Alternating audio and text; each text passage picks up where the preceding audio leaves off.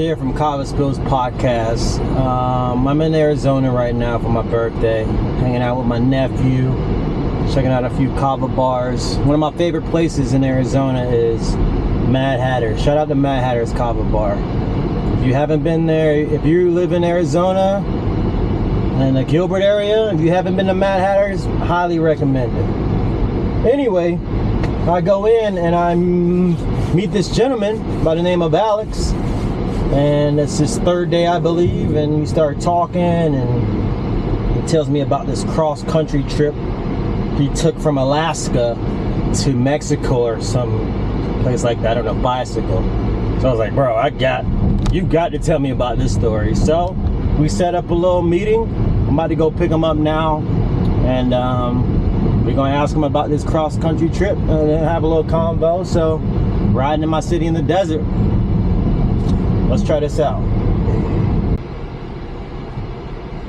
Alright, we're gonna pick up my man here. Alright. Man, what's up, What's going? Sorry for the day. I got caught up in some intellectual conversations. Oh, you're good, dude. Let's get this. Appreciate you doing this, bro. Yeah.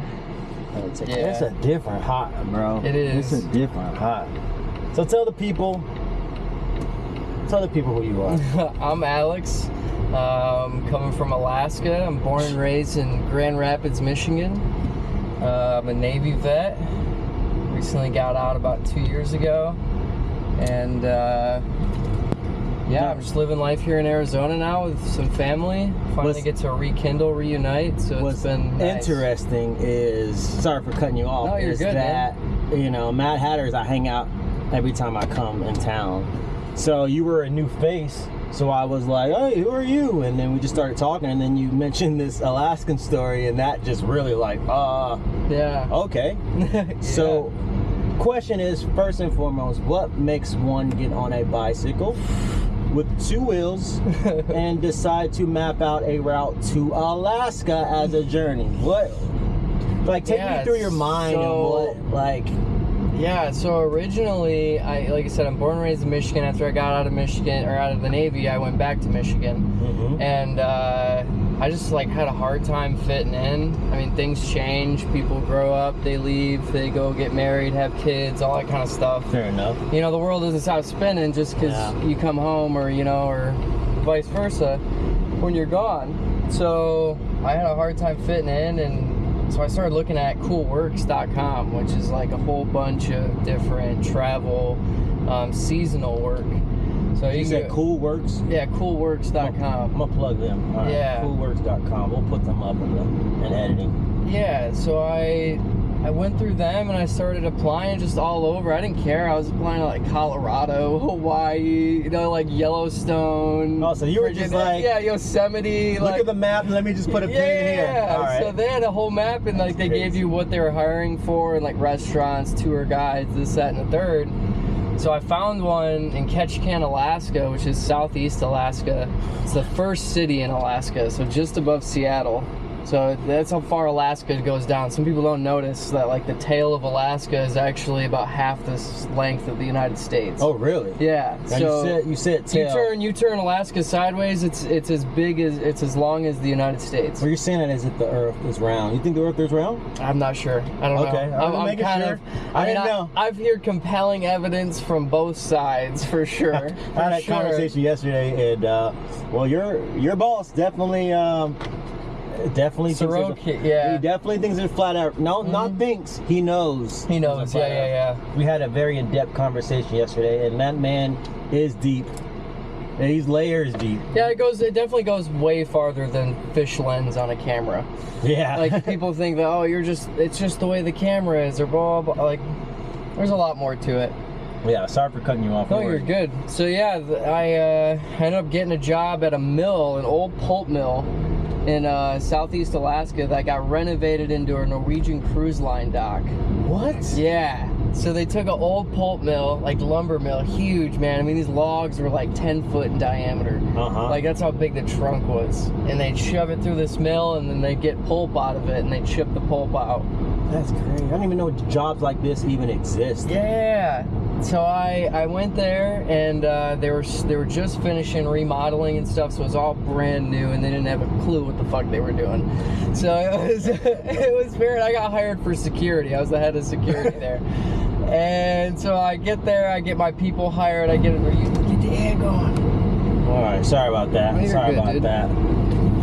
Are you recording now? Even the camera says it's too hot out here, dude. Right? Yeah. Camera's like, hold up, before we go, I gotta cool down. Yeah.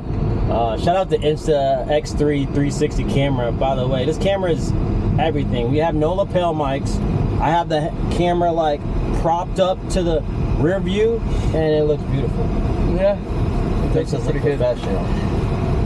So I met some guy. He runs a private security company. He does like behavioral health transports and stuff like that. So I decided to go with him. He paid a little bit more. I got a position as operations manager there. And now, when you're applying, are they telling you the positions available, or you're just like you go in, like, how do you get to the screen that says, we have this machine that takes this and does this, and then you say, that's what I want to do. Like, how do you get to security? Yeah. Like, so I got, there's a whole list. It'll bring it. Coolworks does a really good job of narrowing it down to what you want to do. Like I said, if you're a tour guide, an experienced tour guide, or you like biking, or you like kayaking, or, you know, certain things that you like, they got it on there, and it breaks it down into categories and location. So if you're looking for a job, and even as crazy as like Alabama, like, you don't think there's much tourist attraction there, but they do like scuba diving, fishing, all that kind of stuff. Yeah. Okay. So like they do like a whole bunch of stuff, and it's countrywide. So yeah, Alaska just kind of intrigued me after being in the military. I was like, I want to go see like some mountains and like some cool shit. Had you been to Alaska? No, it was my first time, bro. I just got up and left, bro. Full sin. I've never been to Alaska. Let's go. Not only go there, let's work. Let's go live there. Yeah. Wow. So I lived in places like Romania and Kuwait and Bahrain. And so I've done and did that in other countries, but so I was pretty comfortable being out by myself and living by myself. But I got done doing that, and I found this guy on YouTube that inspired me. His name's Martin Hamid. I think his last name's Hamid. And he's on YouTube, and he did 2 years on a bike. And he went from the Arctic Circle, which is way above where I started, and he went all the way down to Patagonia, which is the south tip of South America, along the entire Pacific coast. What? So that's something that I want to do eventually, at some point. And the nomad, minimalistic lifestyle like really spoke to me at that point. Yeah, because I know all this around us right now is completely temporary, and it's gonna go, you know, I think pretty bad here shortly. I think all the younger generation kind of has that feeling of like something's got to give. I feel like some of them really have no clue what's about to happen. Like, some of them are like, we're doomed, but some of them are like, la la la la la, not knowing that, like, well, their vibration's really low because they're taught like, hey, well, now you're fucked. The younger generation, like, hey, this is how it's gonna be. You're gonna be poor. You're gonna be, you know, stuck in this situation. You're gonna listen to this music that's gonna make you feel like you got to be in that situation. And so they're stuck thinking that there's no way out. And as much as people hate to hear it, the world is your oyster. You know, you just got to make it that way, right? If you wake up and think, I have a shitty life, guess what? You have one just then. You just created, you manifested that. So the same energy you use to keeping yourself depressed and negative, you can use that to build yourself up, you know? Absolutely. And it's definitely like a way you talk to yourself, because most people think, well, I'm not negative, and still negative things happen to me, or I don't speak negative into other people. It's how you talk to yourself. Like when the day gets over and you're all by yourself, and you're being with yourself and yourself only, no distractions. Like, how do you talk to yourself then? That's a good point. Like, how do you talk to yourself then? Who are you when no one's looking? Yeah, your integrity of your own character. Wow, that's interesting. I used to be like that. I used to be the people-pleasing guy.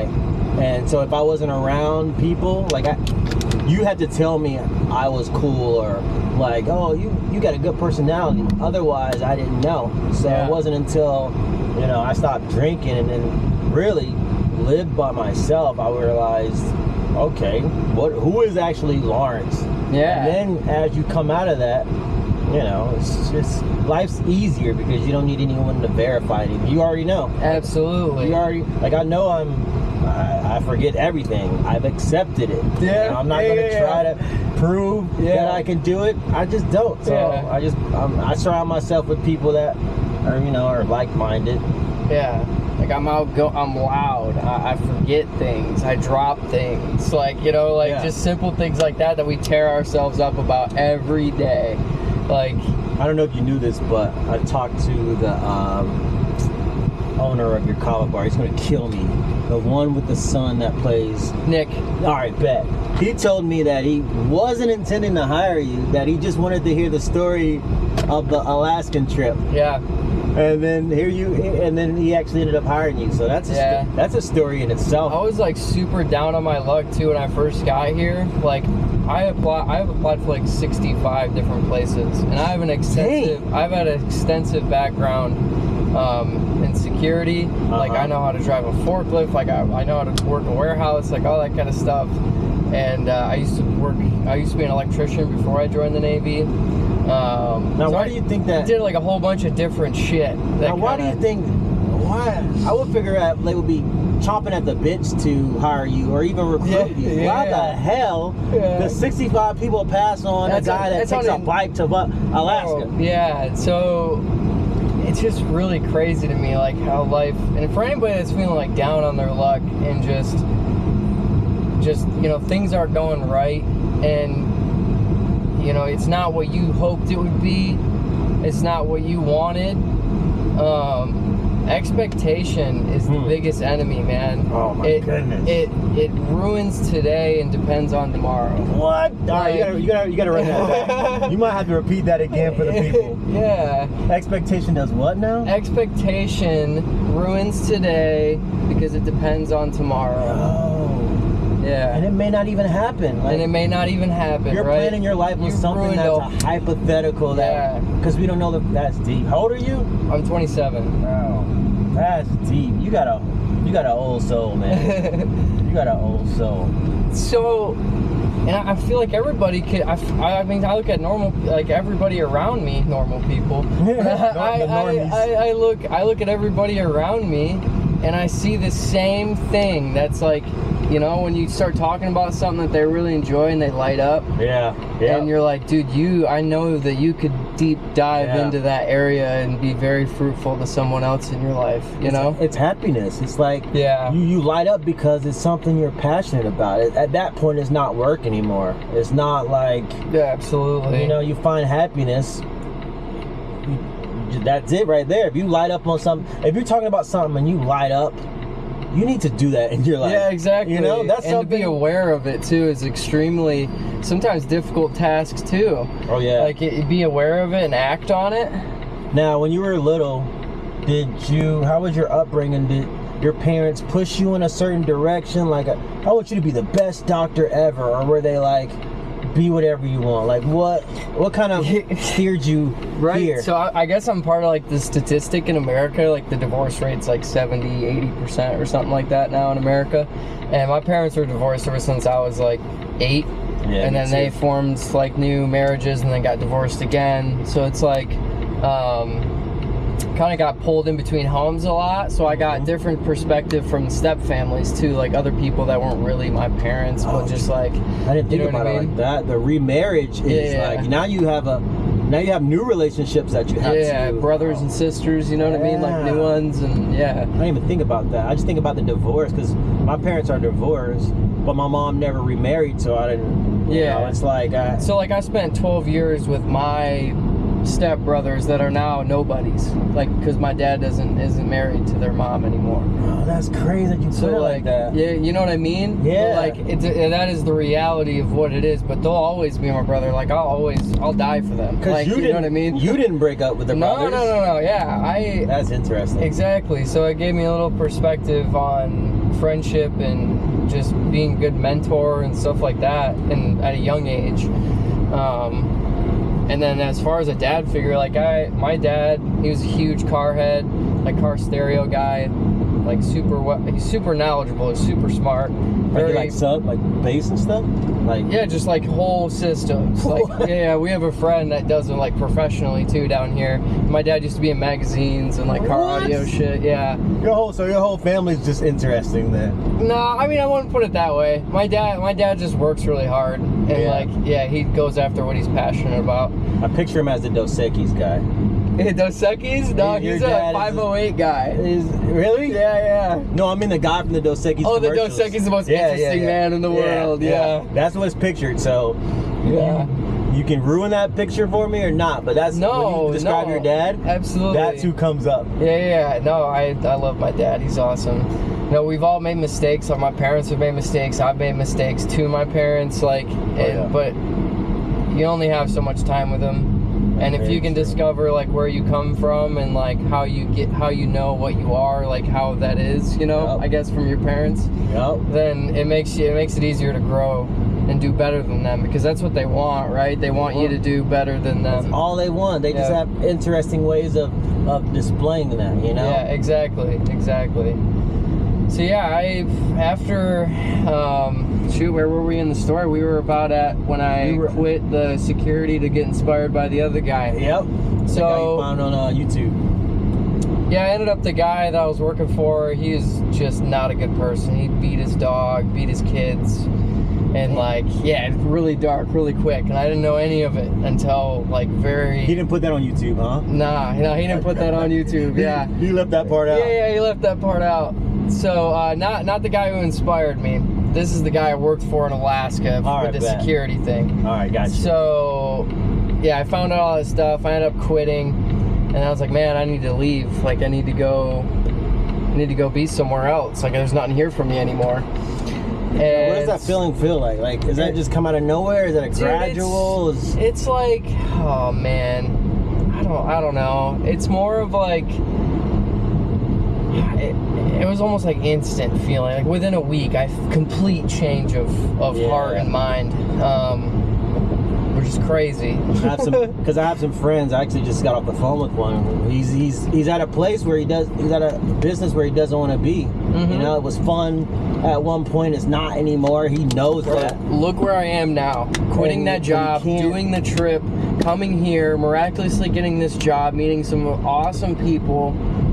Having a place to stay, food in my belly, like everything is taken care of. And mind you, I called him to schedule a meeting time, and he says, "Oh, I just live 5 miles from Madhatter's." I was like, "Okay." He goes, "Yeah, I'll take my bike." I'm like, "What?" So this man rides his bike in the desert heat to a shift. You guys are complaining about the bus not being here on time, and it's probably 100 degrees, and he's on a bike. But I said to myself, I mean, if you can come to Alaska on a bike, this is nothing. But like, that just lets you know the mental differences.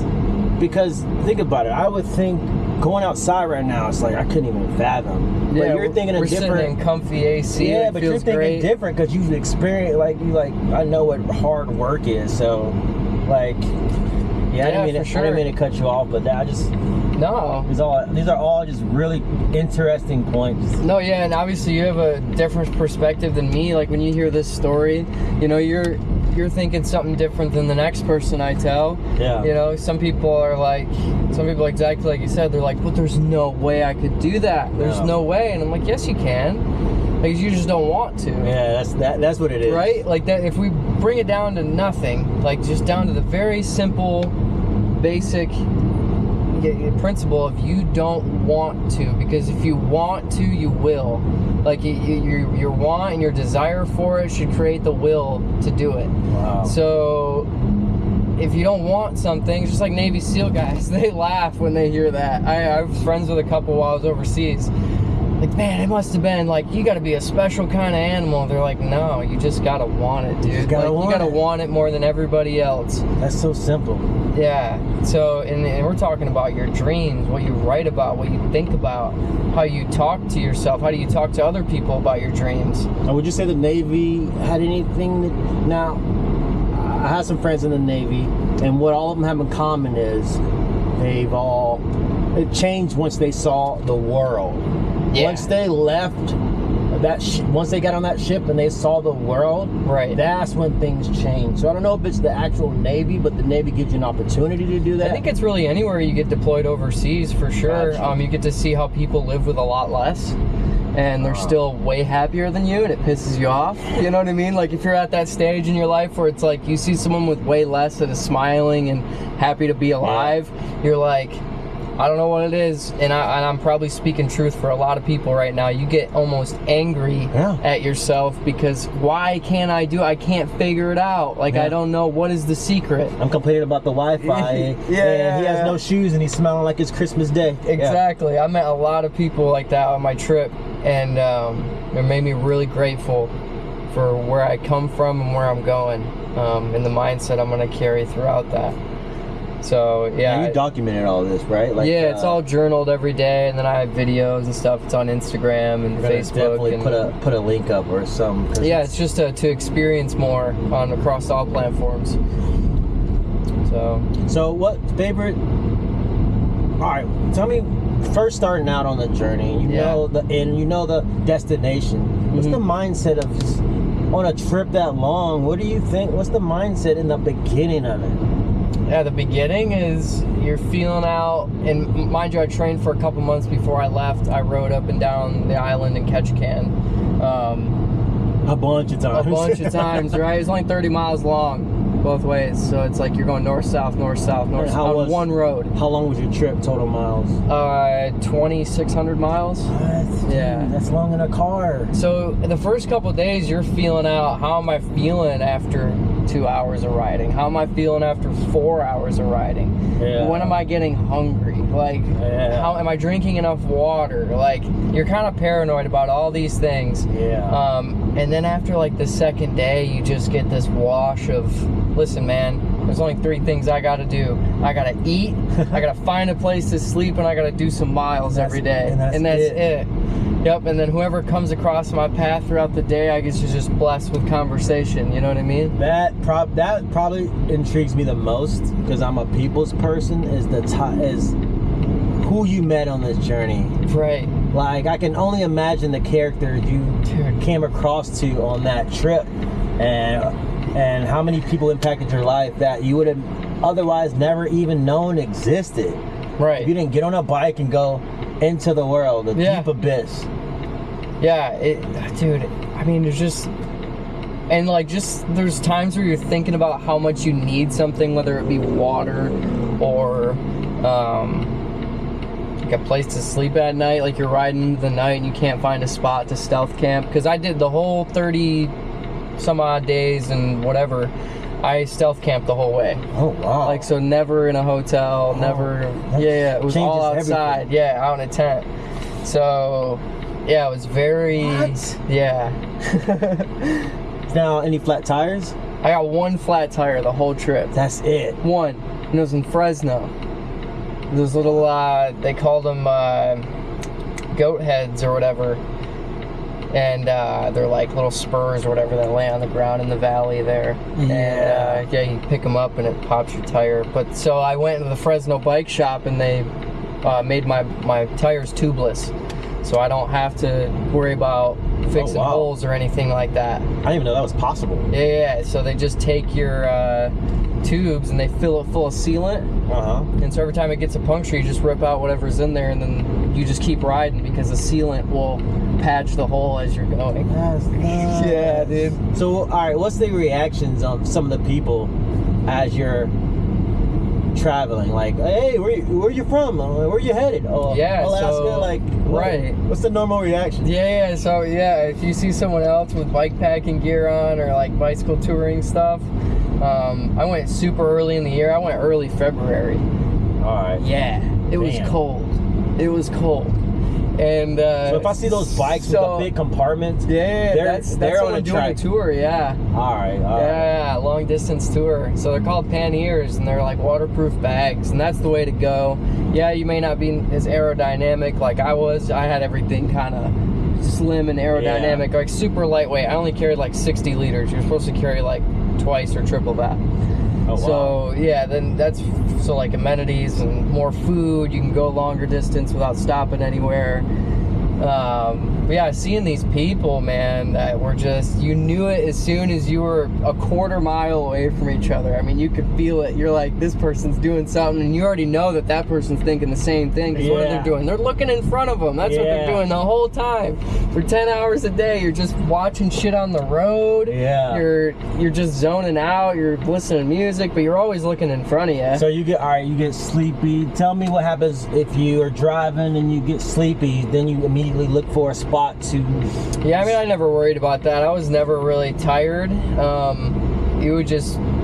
Weather and elevation was really the only thing I ever worried about. So my days would be planned out before they even happened. Okay. So like I'd pick a spot at night while I'm laying in my tent for the next day. Okay. I'd pick a spot to stop that was a good spot, and I knew there'd be a camping spot there. Gotcha. So it's not just like, let's see where the road takes us. Right, like you knew each day where you were going. Yeah, generally speaking, yeah, for sure. There was one time I found an open spot, which I thought it was, but it was a mine shaft that went 600 feet in the ground. Oh, so the whole area on Google Maps looked flat, but it was actually like way down in the ground. So when I showed up at like 8 o'clock at night and it was pitch black outside. You're definitely a test to see if Google Maps is accurate. Yeah, bro. Did you rely on them? What's the map? Google you Maps, Apple Maps, Komoot. Right. There's a whole bunch of them. It was a collective effort. Dude, yeah, I had like 6 mapping. of them. Yeah.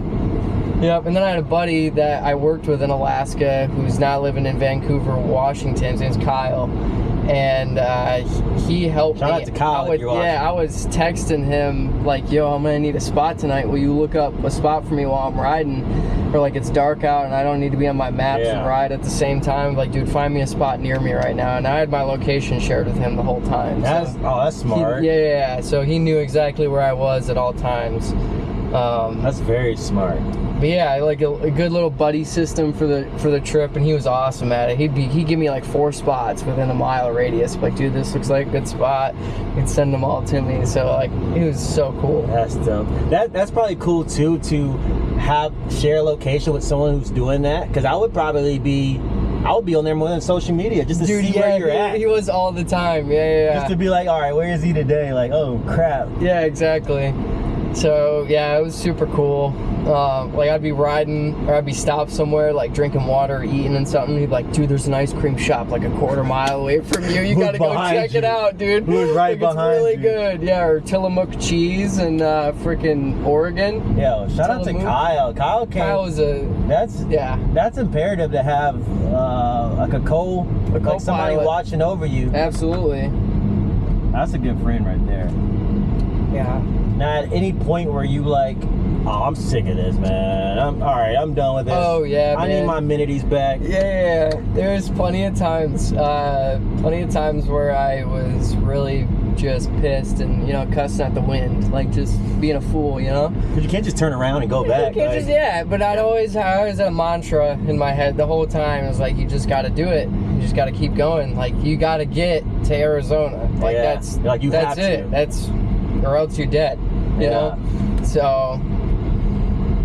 Were you now at any point where you like? You always got to see it through. That's the one thing I tell people. Like, you have to see it through.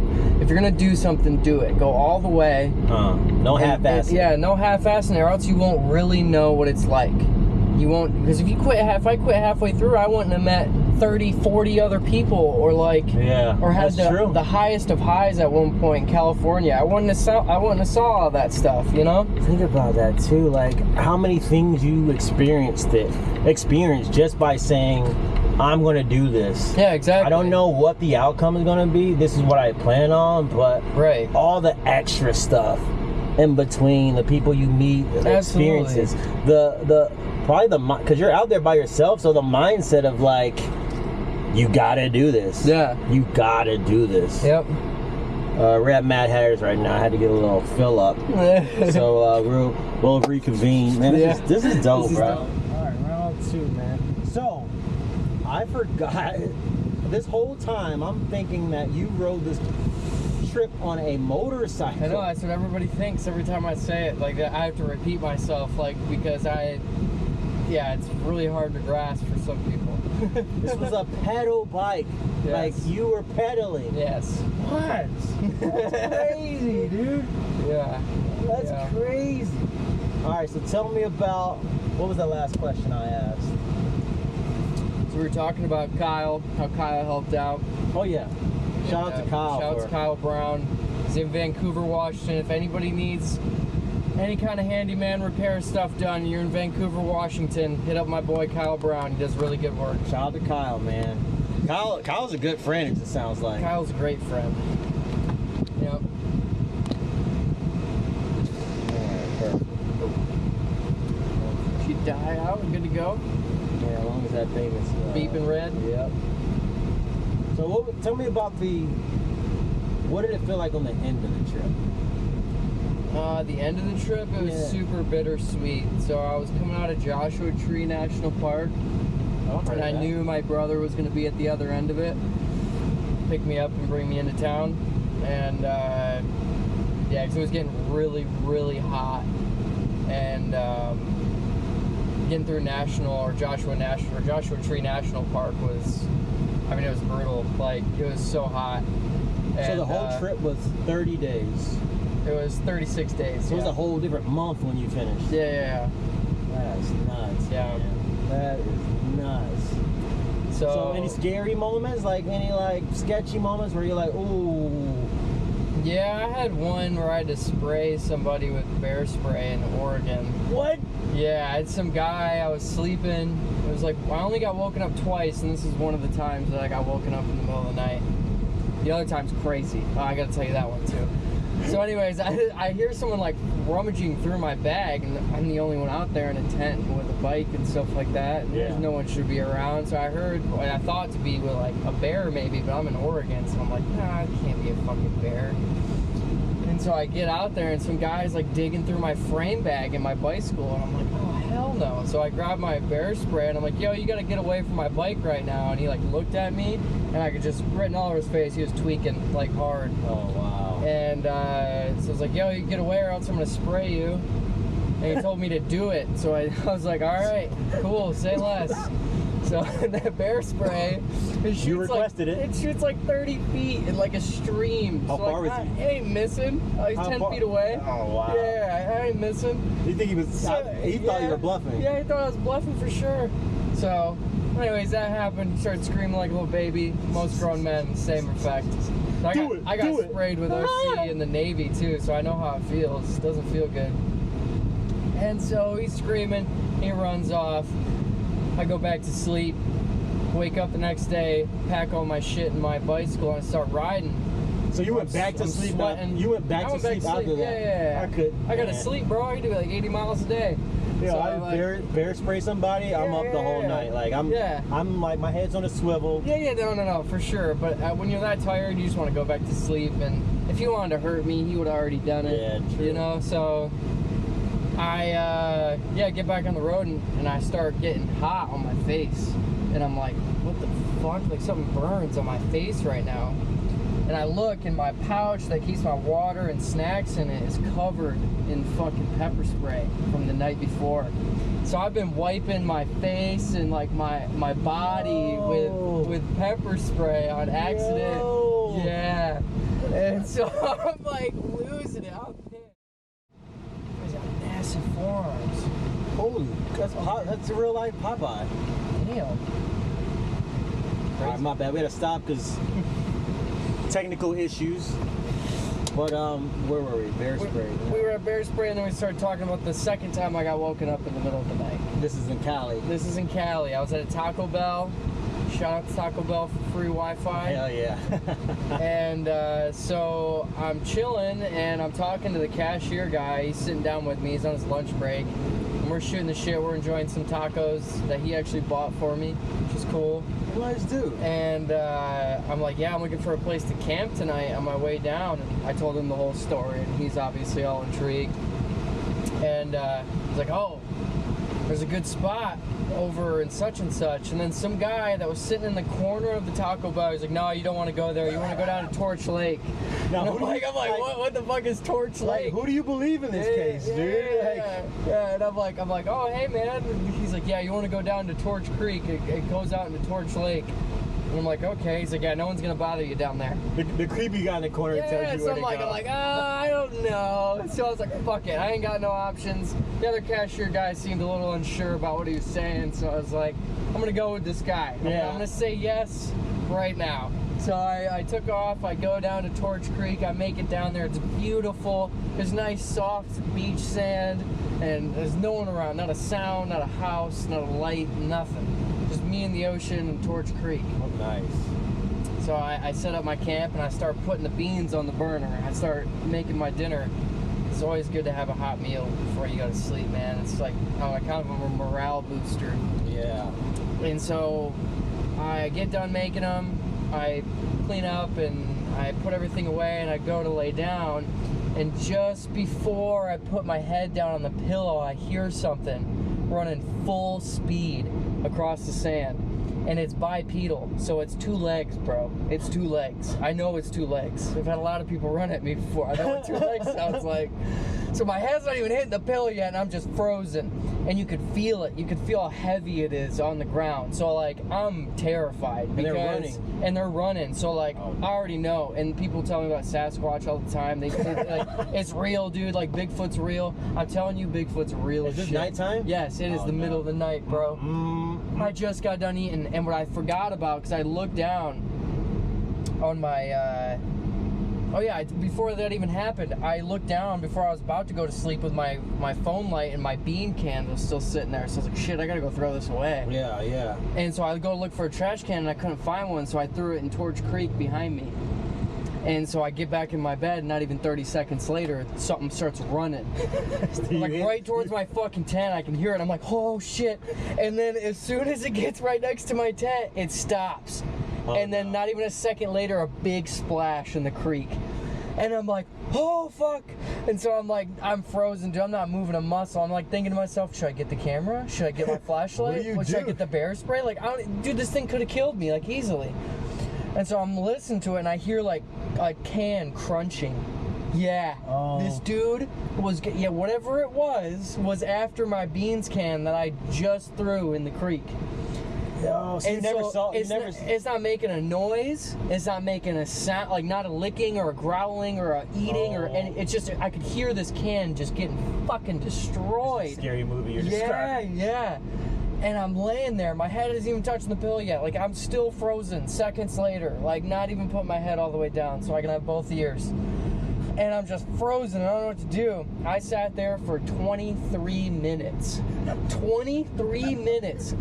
Yeah, dude. Yeah. I kept tapping my phone to see what time it was. Because I would not move, But it felt like an hour. It felt like eternity, dude. Eternity. So you never saw... And it went silent after a while. So like 10 minutes after that, I went silent. And I still sit still for another 13, 15 minutes after that. And so I'm laying there. I'm like, oh. And then I went to sleep. I had to. I wasn't going to go outside. I wasn't going to... No way, bro. If he wanted to bother me, he would have bothered me. You got to do a sleep class or something, because you're able to go to sleep in the most stressful situations. You have to, yeah. And I've been put in a lot of stressful situations in the military, too. But, like, you just have to realize that, like, if something bad were to happen to you, it would have already happened. That's true. If he wanted me to, I'm telling you, the thing was moving at a speed that even I couldn't get the zipper on my tent done. It was a wrap. He would have swooped me up, me and my tent, into the creek if he wanted to. Yeah, he would have Ray Lewis me into that creek if he wanted to. Now, is that a mental, like, you think most humans have that mental thing where it's like, it's fight or flight, and you, at some point you got to say, listen, this is either going to happen or it's not, and I have to be okay with either one. Yeah, absolutely. Yeah, just be ready to, as soon as you get touched, you know, it's like an instant reaction, your fight or flight.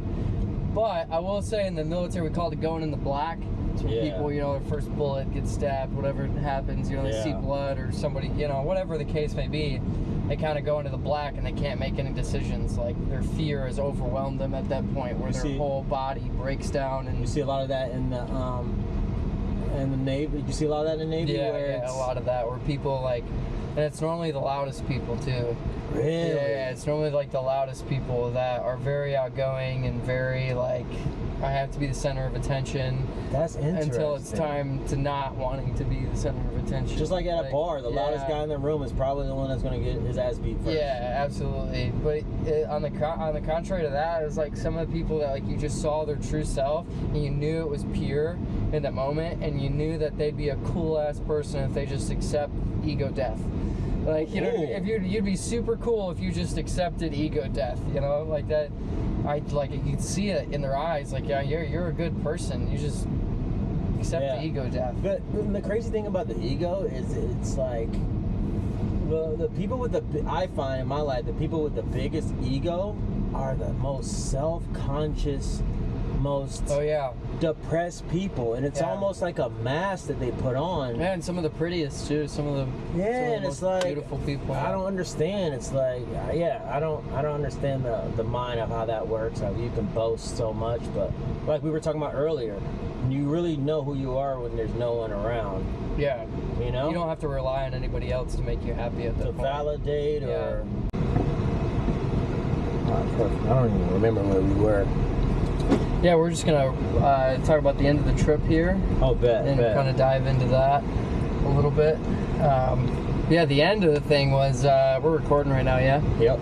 So yeah, at the end of the Sasquatch, dude, Bigfoot's real, man. I'm telling you right now, Bigfoot is real. That's from experience. Like that's from experience. And yeah, I've never seen something that. I mean, like I said, I could feel it through my whole body as it was running. You know, you could feel the earth, like the vibration of the footsteps, which is insane to think about, right? Running on sand, and you can't see anything. And I can't see anything. I'm in my tent I got the rain tarp out and a mat. That's it. It's not like you got burglar bars or nothing, exactly, or a nothing, door. Nothing. Exactly. But yeah, after the trip, after coming here, man, it's just like I'm hungry for the next adventure. I think that's kind of where I'm at for sure. What is next? What's next is we talked about Kyle earlier. Me and Kyle are organizing a trip from St. Augustine, Florida, all the way to San Diego, California, along the southern border. Oh, so you'll be in Florida, huh? Yeah, I'll be in Florida. You'll be in my neck of the woods. You'll be in your neck of the woods, right? I think we're gonna fly in Jacksonville. Oh yeah, I know where that is. That's probably like 2 hours from me. Yeah. Yeah. Well, maybe we can organize something. We'd stay the night or whatever, and before the trip. Oh, you're welcome all the time, man. They'll love you back home, man. They'll love you back home. I'll show you all the million kava bars we have back in Florida. I think we're up to like 40 now. Dang. You can throw a kava shell and hit a kava bar. Like it's ridiculous. That's awesome. It's ridiculous. But yeah, I mean, Kyle, since he was helping me the whole time, he's like, dude, I got to do this too. He's like, I want to do it. And so I'm super excited to bring him along. You live back that way? Yeah. We're just taking this road all the way to Pecos. Taking a right. I always wonder how to pronounce that. I think Pecos. I think it's Pecos. Yeah. Pecos. Yeah, you'll love Florida.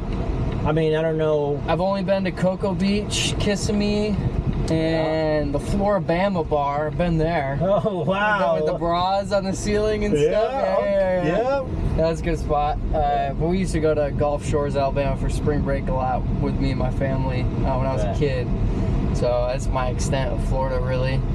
Now, what message would you have for people your age, or I would even make it broader than people your age, just in general? What's your general advice from your life experiences? What could you give someone watching this and saying, man, I couldn't do that? Yeah. That's him. I am not capable of that.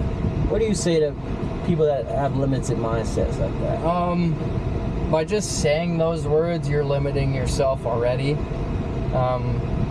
Like I said, speaking to yourself and the dialogue that you have throughout the day really determines how your life is going to go.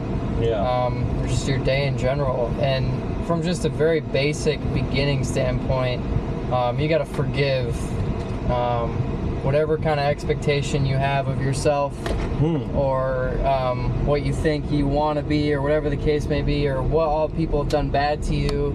and all this other stuff. These things, if you hear someone's name and you feel some sort of way, like anger, you're still holding on to something. 100%. And you need to forgive in order to move forward. I think forgiveness is the biggest thing in everyone's life. You have to forgive to move forward. It kind of frees you up. It's not even for the other person. It's not even for the other. They don't even have to accept your whatever. You don't even have to apologize. As long as you forgive that person in your heart, and you know that they're forgiven and that they can come to you at any point and you could be cordial and mature and you know what I mean, like stuff like that. But you have to forgive someone in order to achieve anything in your life. You have to be free of grudges. Yeah, man. I see that so much. And I feel like it holds so many people back because I think it takes energy and effort to keep being mad because you got to remember what you're mad about. Yeah. You got to constantly remind yourself, which means you got to morbidly reflect on why you're mad. I just don't understand why it's easier to just forget about things and get on to being stress-free and happy than it is to, oh, this guy did something to me 6 months ago. Yeah, exactly. I'm going to go out of my way to make sure. For most people, it's even deeper. It's their dad or their mom or their brother or sister, etc., friend, where like they really hurt you. Yeah. You know, and it really did hurt you, and it's not something to like let stupid, minuscule, just offense. It's like big things, but you have to forgive. That's true. Yeah, and I think that's a huge part of everyone's life. And also just go out there and do it. Like I said, if you're going to do something, go at it all the way. Do it all the way. You won't regret it. Because you can say you did it, and you can also learn and say that you weren't a quitter either. Exactly. Because how are you supposed to be committed to the big things if you're not committed to the little things in your life? Exactly. Like making your bed, doing chores around the house, paying bills, doing all that kind of stuff, working. Like, how are you supposed to get the big things right if you're fucking up all the little things? Can't do the little things. Yep. Which leads me to my next question. What's your morning routine like? What's a typical day look like from the moment you open your eyes? Yeah, so it's been pretty lax right now since I just got a job. But my normal work life, I wake up in the morning, I already have coffee brewing, and I just I stare at a wall for like 10, 15 minutes. I'm a stare. I do a wall stare because I firmly believe in the first thing you grab is the first thing that sets you up for failure or success in the morning. Yep. So I stay away from my phone, stay away from anything. Like no music on, none of that stuff. Just whatever, the shower's running, I'm cooking coffee, or I'm outside smoking a doobie, like I'm just listening to natural whatever the hell comes to my brain, or whatever's going on outside. My mom always says, garbage in, garbage out. Yeah, absolutely. So my mentor, I would find myself like waking up angry for some reason, and I would just at 8 o'clock in the morning I would be going off on people. Yeah. And he would be like, all right, what's your morning routine? I would be like, I'll get ready. I don't have time to do my meditation, so I just go to the car and then I put on some Rick Ross. And he goes, well, that's probably why. Some run inside your house, shoot your grandma. Yeah, it's like you're starting your day with this, so what do you expect the rest of your day to be? I'm like, oh man, so the fact that you said what you start your day with will... Yeah, whatever you put your hands on first, whatever you put your mental to, is how you're going to set yourself up for failure or success throughout the day. You believe in failure? Do I believe in failure? Yeah. Of course. But not every failure has a reason. You just failed sometimes. Gotcha. I think that's a big thing. That people see failure as like, man, there's got to be a reason for it. Sometimes there isn't. Sometimes that guy didn't pick you for the job, and it was nothing you could have done about it. It was just you. Exactly. Like, that's just the way it is. The way or it wasn't meant to be. Maybe that wasn't in your There's something better for you. Yeah. You got to live with half full glass for sure. You got to see the positive things, and even when it's hard, and it's way easier to say that than do it, especially when you're down on your luck. Yeah. You feel like you're doing everything right, but if things aren't just working out for you, I believe that there's it's not your agenda for most things that happen in your life. Ooh, I like that. It's not your agenda. Yeah, it's not your timing, and it's not your agenda. I think fate tends to work out, or God, or the bigger power tends to work things out for His greater good. That ego death. Yeah, exactly. That's what has to die first in order for you to, you know.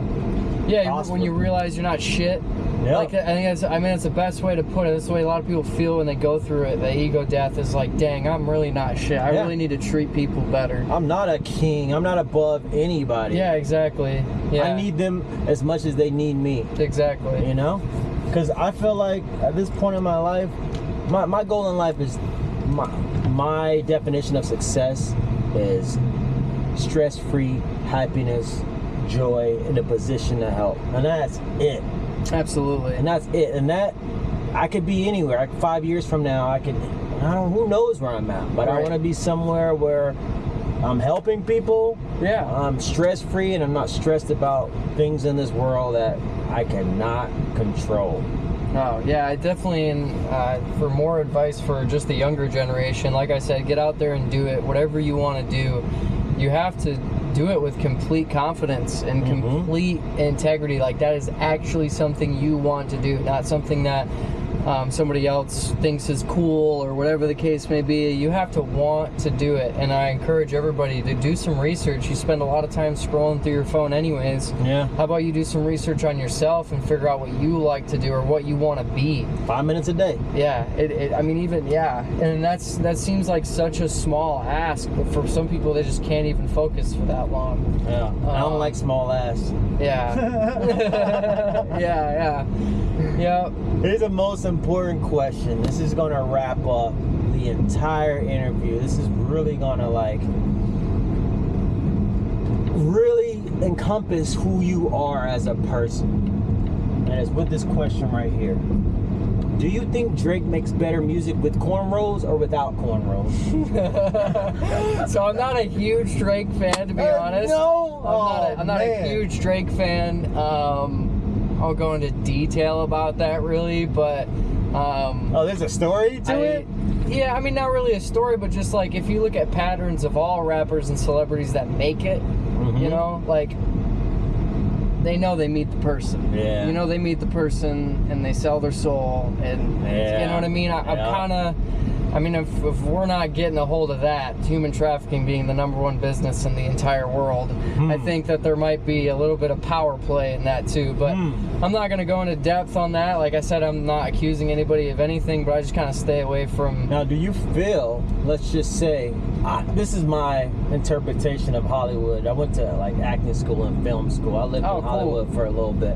And I feel like at a certain point, if you really want to cross over and be you have to compromise your morals. You have to compromise your morals. And I think it's a test they do. I heard on an interview, and they said it's a simple test. Like, okay, they're gonna send a stylist to you, and they may suggest you wear something that is out of your comfort zone. Maybe a net shirt. Nothing wrong with net shirts, or maybe a dress. And you end up looking like Lil Nas. Exactly. and they see, and if you say no to that, if you say no to that, then they're gonna report back, oh, he's not ready. If you say yes, he's willing to compromise, I think that you're being groomed. Yeah, they call it a handler. So I feel like at a certain point, and you can see the difference of the celebrities who decided to be like, nah, I'm gonna stay true to myself. It may take them longer to get to where they are, but you can also see the ones that have bitten the apple, gotten everything they want. The Kool-Aid. But they're still somehow not happy. They still got stress in their life. You're gonna turn up on Hamilton up here, but be careful, there's a car to your left.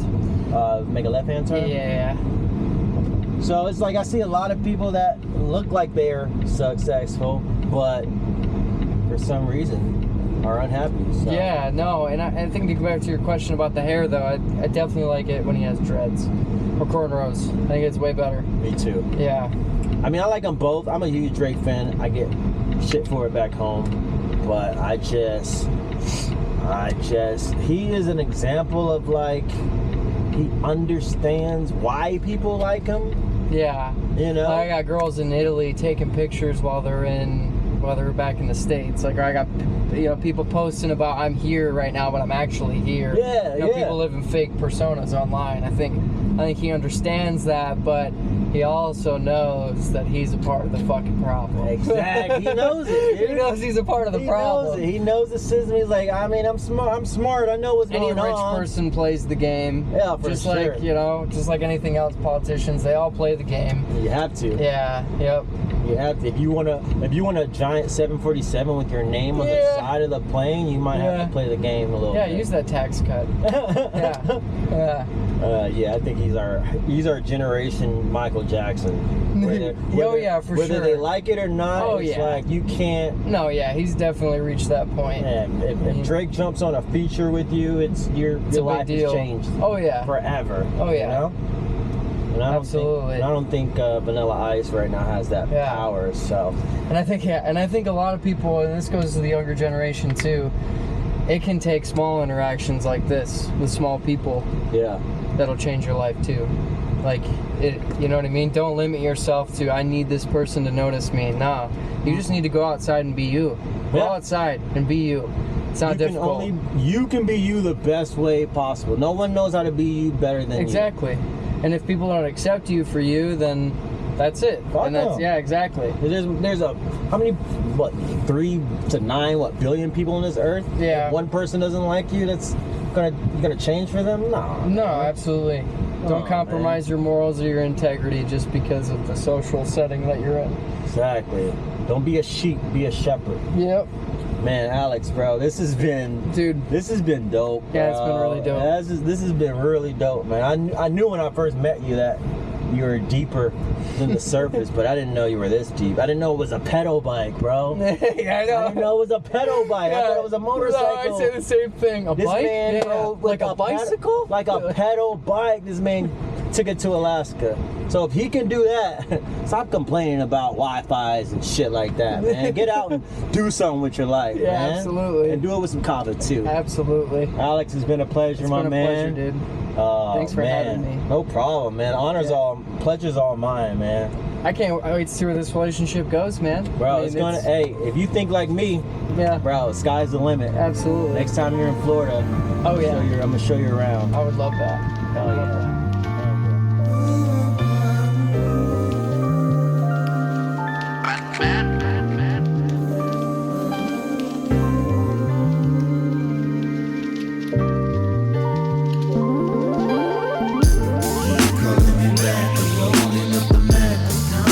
Steps, so baby, still looking on your shot. So look over